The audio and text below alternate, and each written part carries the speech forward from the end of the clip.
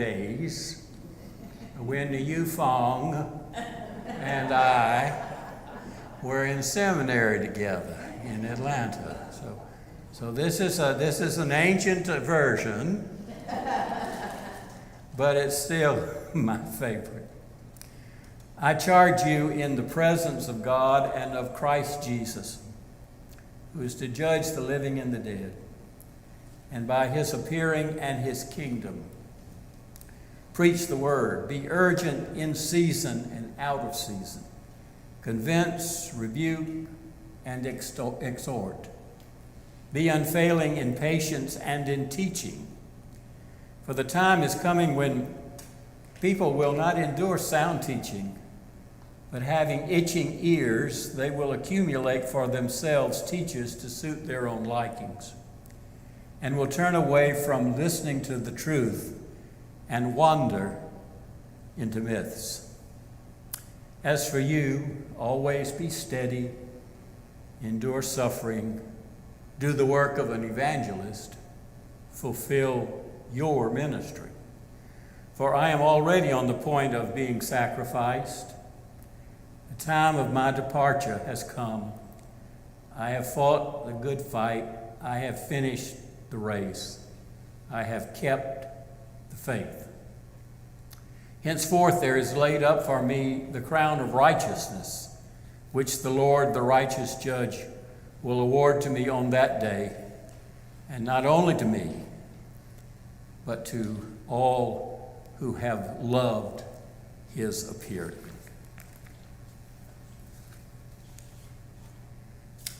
In case you have not noticed, the color for the season of Pentecost is red. That's why I have on this red tie and this red thing. And this beautiful altar.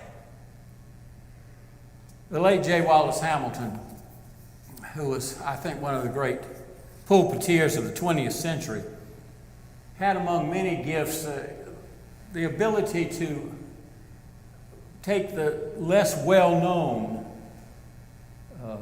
people in the Bible, the less well-known characters of the Bible, and to preach about them and to make them come alive to a contemporary audience. He preached a sermon once about the Old Testament character Nehemiah.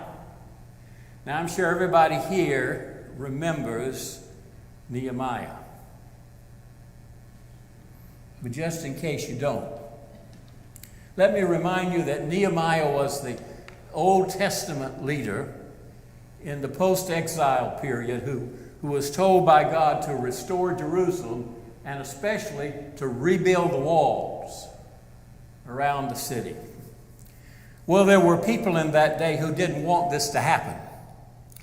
They didn't want a refortified city that could be defended. They wanted an open city. They wanted free access to Jerusalem so that they could ride through any time with their armies and pillage the city and take what they wanted. Not only were these people unhappy with Nehemiah's plans, they wanted the plans and they wanted Nehemiah stopped. And so there were all sorts of threats against Nehemiah's life. And so the leaders of those surrounding nations said that they would kill him if he went ahead and rebuilt the walls.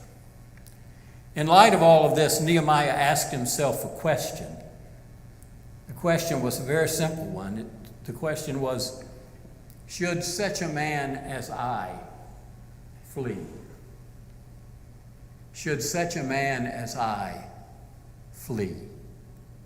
It's in the 11th verse in the 6th chapter of Nehemiah. Should such a man as I flee? Well, his answer to that question was no. I'll not run away. I'll not be driven away from the responsibility which is mine as God's servant, regardless of the threats against my life. And so as the story goes, Nehemiah stayed and led in the restoration of Jerusalem and in the rebuilding of the walls around that city. And in that sermon, Wallace Hamilton reminds us of how much escapism has inched its sinister way into our society. Many people, he said, are running away from life. Instead of standing up to life, to its responsibilities and its obligations, to its challenges and its expectations, they're running away, escaping. If you don't like something, then don't do it. If things become too difficult or responsibilities become too great, walk away from them. Leave town. Move away, change jobs, become unavailable, leave your problems behind, escape. While Hamilton preached this sermon some 60 years ago, I think that escapism is still quite real in our society. Certainly, the widespread use of drugs and alcohol in our society today indicates that escapism is still very much alive and common in daily life. We learn all too late, of course, that there's no lasting or satisfying solution to the responsibilities and the difficulties of life in escape, in running away by evasion or dropping out or substance abuse. Always you will be who you are and what you are. Wherever you run to, you'll still be yourself. When you wake up or sober up, you will still be the same person who tried to opt out or drop out. Like Nehemiah, Apostle Paul was one of the many characters of the Bible who stood up to life. Paul never ran away from anything. He was run out of some places, yes. But he came back. Perhaps secretly, perhaps under the cover of darkness, but he always came back. The Christians of his day didn't always agree with him, but no one doubted that Paul stood up to life and that he took his stand for what he believed, namely the lordship of Jesus Christ over all of life, indeed over all of creation. And towards the end of his ministry, Paul wrote these words in that second letter to Timothy. He said, I have fought a good fight. I have finished the race. I have kept the faith. It's interesting to me that when the Apostle Paul reflected on his life's work as an apostle, he didn't celebrate it in terms of success or prestige or fame or accomplishments or the accumulation of anything material. Rather, he said simply, I kept the faith, I fought the fight, I finished the race. This morning I want to share with you 3 thoughts which I believe point us in the direction of standing up to life. First, a person begins to stand up to life when he believes that he or she is a unique creation of God. That there is a reason and there is a purpose for his or her life, and that he or she is a part of God's plan for this world. There's a reason and there's purpose, I believe, for the life of every person. Our God is not a mindless and reckless creator. We're children of God. Our kinship is with a God who is eternal intelligence. And we are a part of his plan and a part of his purpose for creation. Every life has, as the French say, its raison d'etre, its reason for being. That reason may not always be obvious, may not always be clear early in a person's life, for example, but it's there. I don't have a lot of use for everything the Reverend Jesse Jackson said or did. But I do like the phrase which he borrowed from a poem and made a slogan in the civil rights movement. I am somebody. I am somebody. You are somebody. Every person is somebody. The Apostle Paul labored in the face of overwhelming opposition, frustration, and at times persecution, but he never doubted that he had been chosen for important work and that what he was about was a part of the plan and purpose of God. Every person has some calling, some purpose from which one dare not run away. And we begin to stand up to life when we can see our lives set within the context of that purpose and as we discover and live out that calling. Paul R. Shearer, who was a leader in the early work of pastoral care and pastoral psychology, once wrote that all great living begins in some quiet estimate we have of ourselves that will not allow us to play the coward's role. I want to repeat that. All great living begins in some quiet estimate we have of ourselves that will not allow us to play the coward's role. The story about a teacher in the old days of France who tutored a prince of royal blood who, like all boys, needed discipline and correction. But who could discipline a prince? One day, the wise old teacher pinned a piece of purple ribbon to the prince's tunic. "As you see, Your Majesty," he said, "it's the royal purple of France. I pin it there because whenever you are guilty of speaking or acting in any way unbecoming to a prince, I will point to the ribbon and make my appeal to the purple." Don't we all have God's royal purple pinned to us?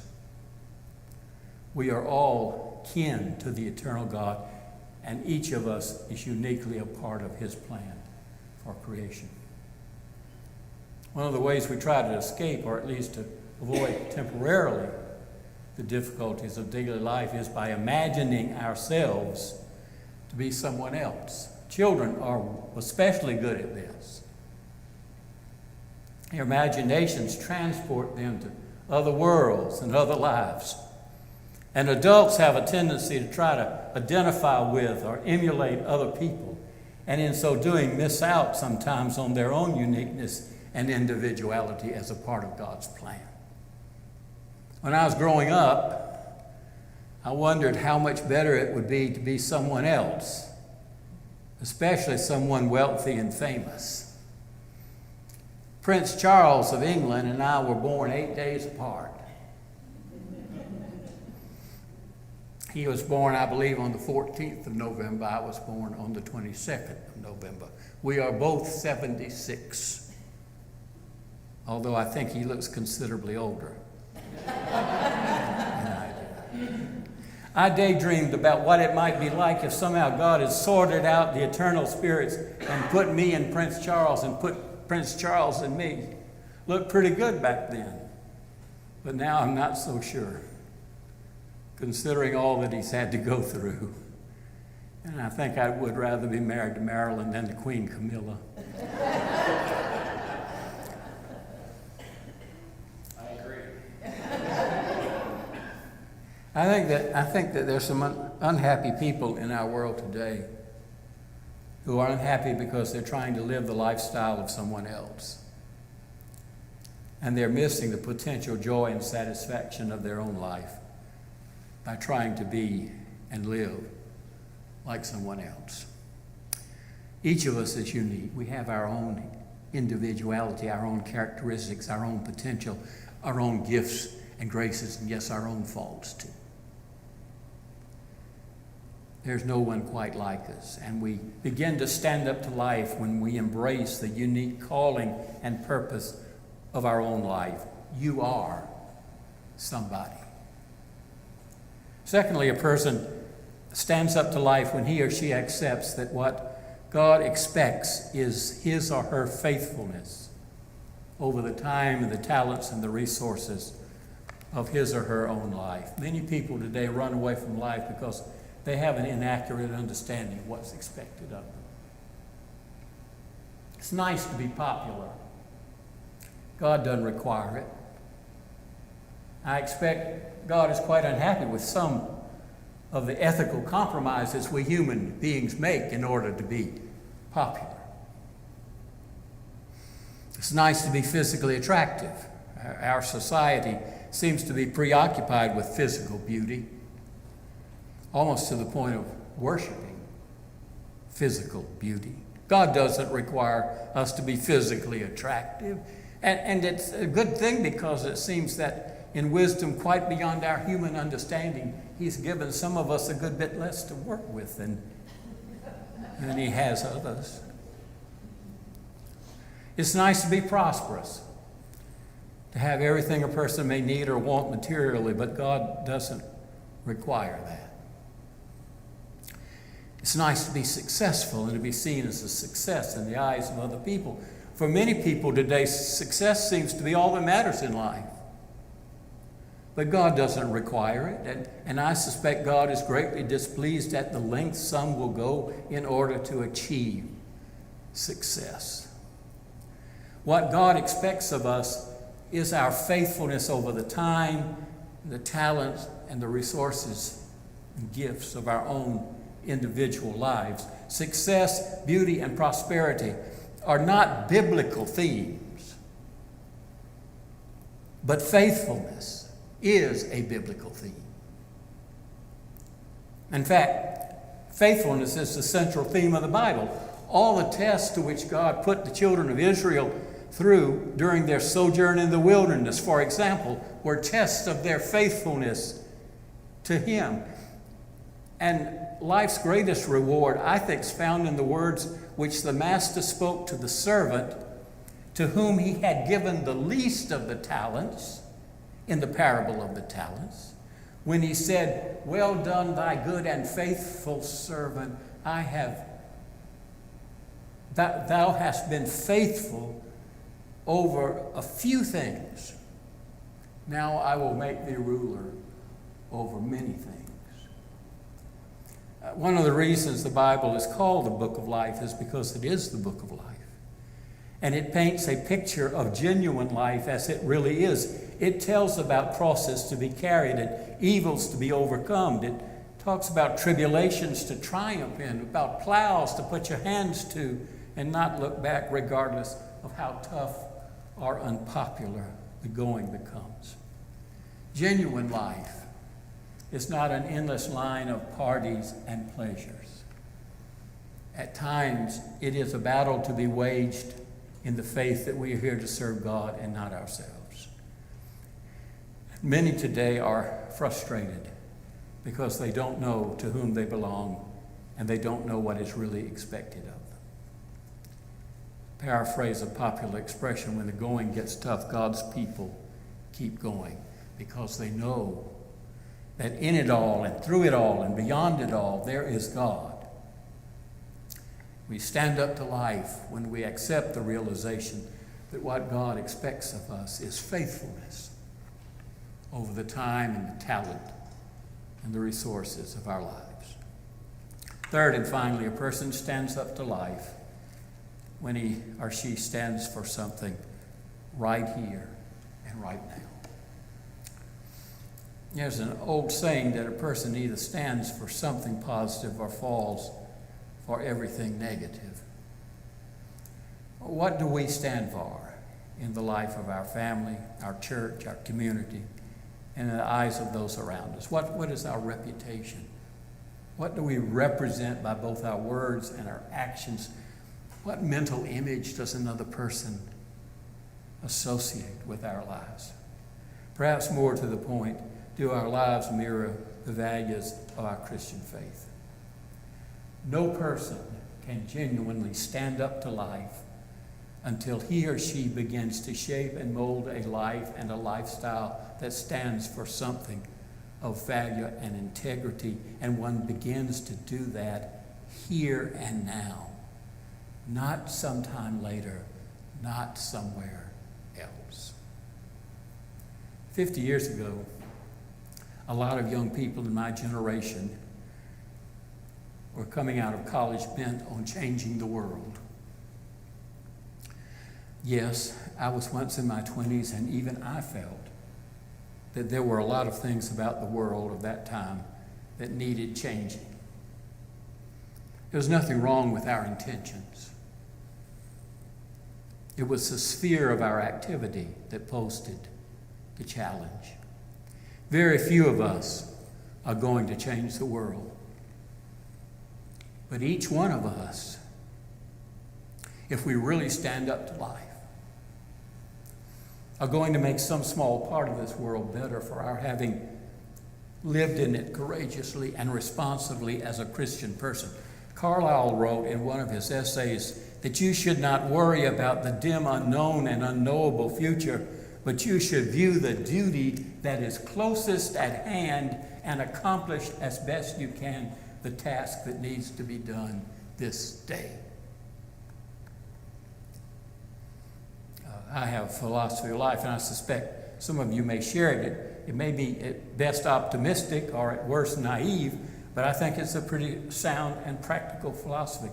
I don't believe in worrying about the future. I'm concerned about the future, yes. I'm more concerned about the future now than I've ever been in my life. But I don't worry about it. I have always felt that if a person will do the best he can where he is and with what he has, then the future will take care of itself. God has the future in his hands. His grace has brought us safe thus far. His grace will lead us on. And I believe that this is true not only about the great issues of life, but also about one's own life. I have some Methodist preacher friends, and when I say this, I do not intend to sound self-righteous. They're good people, but they have a common characteristic. They never settle down to the work of where they are now because their minds are busy planning where they're going to be next. They spend a great deal of time and energy maneuvering for their next appointment so that when they get there, they will be able to do the things they really want to do and feel that they should do. You stand up to life where you are now, in this time of your life, not later on, not somewhere else. Some people never stand up to life because their minds and hearts are always somewhere else. To them, the grass always looks greener on the other side. They tell themselves that things will always be better on the other side. If only I can get away from where I am now. You don't cross the ocean to stand up to life. You don't change jobs or leave your family or run away or drop out or give up. You stand up to life where you are now, and you stand up to life with the time and the talents and the resources that God has given you, and you do that right here and you do it right now. You are God's good creation, and you are part of a plan. You are somebody. Nehemiah put the question to himself a long time ago. Should such a man as I flee? And Nehemiah answered, no, I'll not run away. And so must we. There's faith to be kept. There's a good fight to wage. There is a course to finish. There are races to run here and now. God has given us this time and this life and this day, and God calls us to stand up to life. Let us pray. Father, give us a faith that will not shrink, though pressed by every foe, that will not tremble on the brink of any earthly woe. We pray for such a faith as this that shines more bright and clear when tempests rage without, that when in danger knows no fear, in darkness feels no doubt. Lord, give us such a faith as this, and then whate'er may come, we'll taste even now the hallowed bliss of an eternal home through Jesus Christ.